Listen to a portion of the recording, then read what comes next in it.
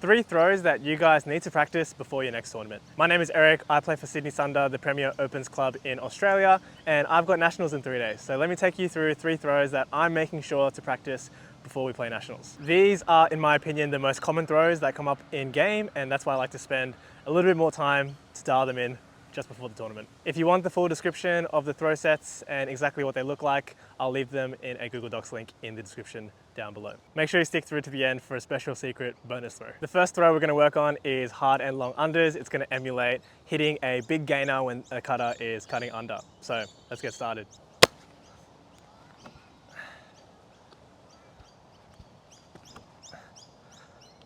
With these, I'm focusing on getting plenty of snap from my wrist, fingers, and forearm. I'm also making sure to aim at the chest height, trying to get it at my target's chest every single time. Cool, now we're gonna move on to the backhand side.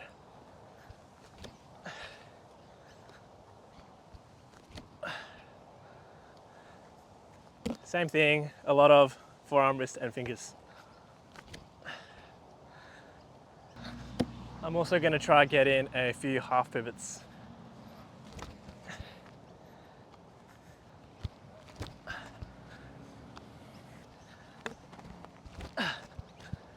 Oh, gotta try keep it down. If you are throwing upwind, you also want to make sure on the backhand side especially, you don't want to expose too much front lip towards your target. If you do, the disc is going to rise and go over your target, just like what happened just then. The next throw we're going to go into is our reset throws, in particular our around backhands and our around forehands. The goal here is to emulate a game realistic throw, so we're going to start with a fake, angle our body downfield, and then throw an around towards our partner.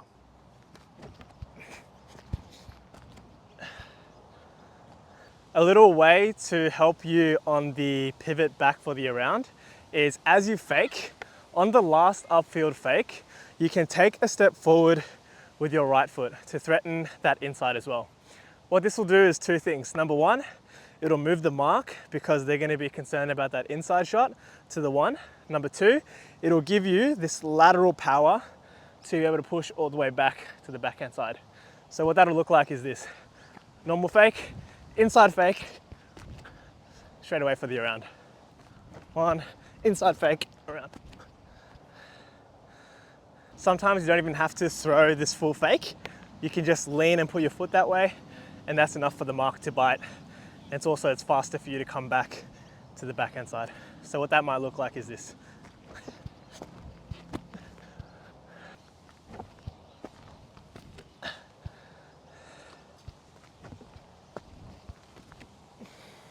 Now we're going to move on to the flick side.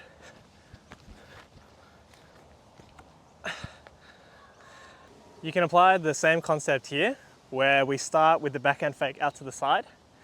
As the stall's getting higher, and we will know we want to hit the reset, we can go with this inside fake, where our foot is now in line with where we're scoring, and that will give us power to be able to pivot back for the flick. It will also help us be able to turn in field. You can imagine if we're all the way out here, it's very difficult to do a 270 and come all the way back here for the flick. If we go out for the backhand, go for the inside, that will give us more power. We just need to do a 180 to come out for the flick side. Alternatively, if you want to be stylish, you can go backhand and then come out like that. Now that we've got our around sorted, a common counter to that is our marks will be around on the mark, especially on the sideline. So we want to be able to counter that by being able to quickly come back to the insides. Now we're going to fake the around as if the mark has covered it, and then be able to hit a quick, tight inside. This will be both on the forehand side and the backhand side. Nope. Nope. Nope. The focus here is that we really want to visualize what's happening on the field. So we might be looking downfield, not on, looking inside, not on. We look at our reset, maybe we fake the around and our reset goes up the line, then we have to come back and hit this tight inside window to the fill. So really visualize that timing and how that would occur in a game. So we got Fake. Nope. Nope. So with this one, you don't always have to throw it immediately.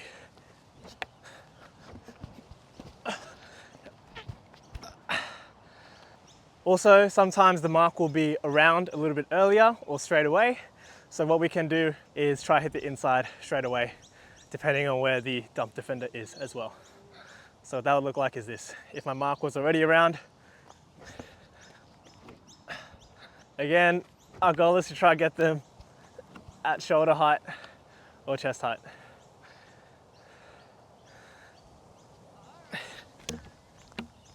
Oh, yes. Let's move on to the other side. Same thing, we're gonna repeat on the backhand force side now.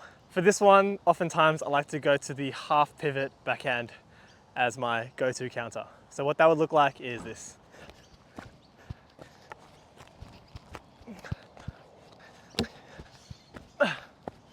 Nope, yep. And we just squeeze in a few full pivots for good measure.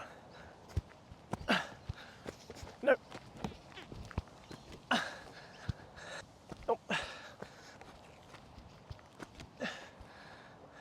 Bonus number 4, a fan favorite. We're gonna work on our high release throws just because why not? We're gonna practice them and visualize them in different contexts. It might be for a break throw, it might be for a centering throw. We'll try and vary it in terms of what game scenario it looks like on the field. Cool, let's jump in.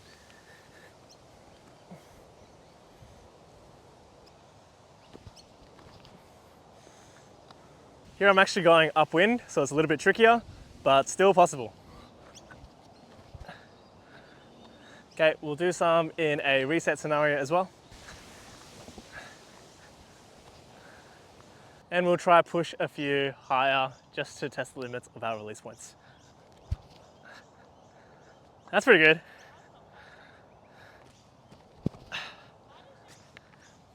Oh!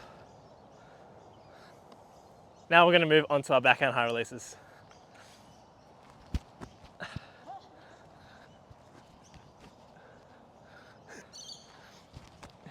There we go.